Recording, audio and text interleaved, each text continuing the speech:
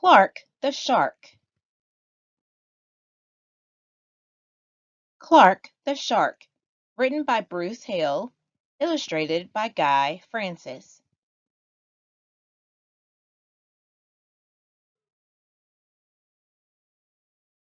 In all the wide blue sea, in all the wide blue world, the top school for fish was Theodore Roosterfish Elementary. And of all the fish at Theodore Roosterfish, the biggest and the strongest was Clark the Shark. Clark loved school and he loved his teacher, Miss Inkydink. He loved to play upsy-downsy and spin-a-majig with his friends. Clark loved his life. "School is awesome!" shouted Clark the Shark. "Less shouting, more reading," said Miss Inkydink. "Lunchtime is sweet!" yelled Clark the Shark. "Munch your own lunch," said his best friend, Joey Mackerel. "Recess rocks!" bellowed Clark the Shark. "You're playing rough, Clark!" cried the other kids.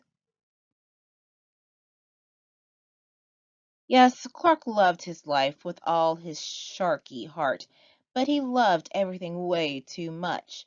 He was too loud, he was too wild, he was just too much shark for the other fish to handle. After a while, no one would play with Clark. No one ate lunch with him. No one sat with him at circle time. Even his best friend, Joey Mackerel, said, "Cool your jets, Clark. You're making me crazy." One day, Clark asked Miss Inkydink, "What's wrong with everyone?" Miss Inkydink patted his fin. "Clark, sometimes you play too hard. You munch too hard and, gosh, you even help too hard." "But life is so exciting," said Clark. "There's a time and a place for everything," said Miss Inkydink, "and sometimes the rule is stay cool." At recess, Clark tried to stay cool, but he pushed the swing with too much zing. "Sorry," said Clark. "I forgot." "Yikes!" cried Joey Mackerel. At lunch, Clark tried to stay cool, but everything smelled so good that he munched a bunch of lunches. "Sorry," said Clark. "I forgot." "We're starving," said his friends.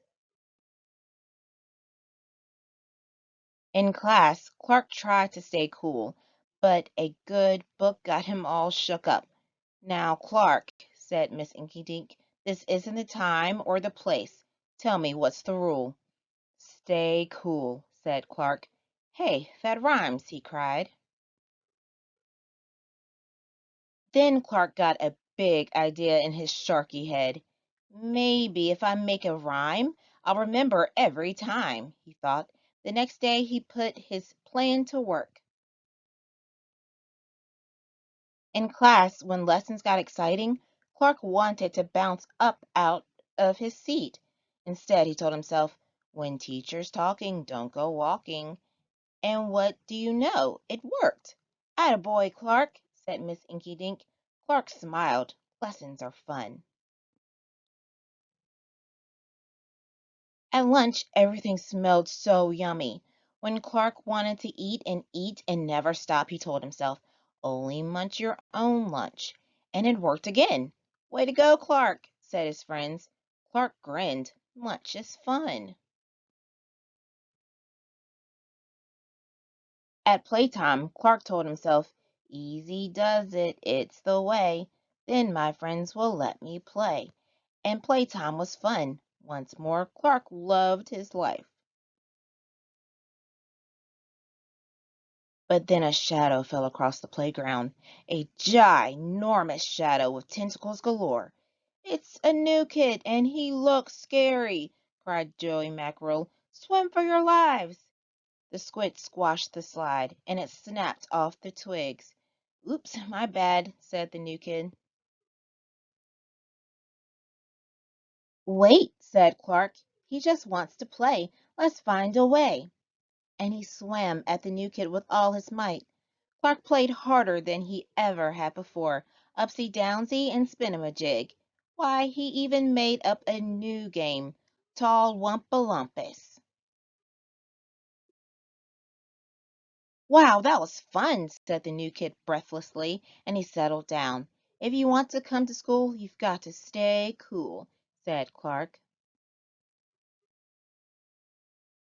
"That's right, Clark," said Miss Inkydink, "and thanks for taking care of our new classmate, Sid the Squid." "Hooray for Clark the Shark!" everyone cheered. That night, Clark's mother asked, "What did you learn at school, dear?" "There's a time and place for everything," Clark said. "Sometimes you stay cool,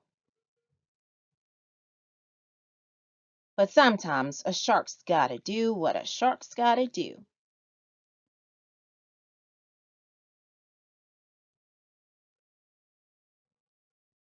Avery's Reading Corner. Please subscribe.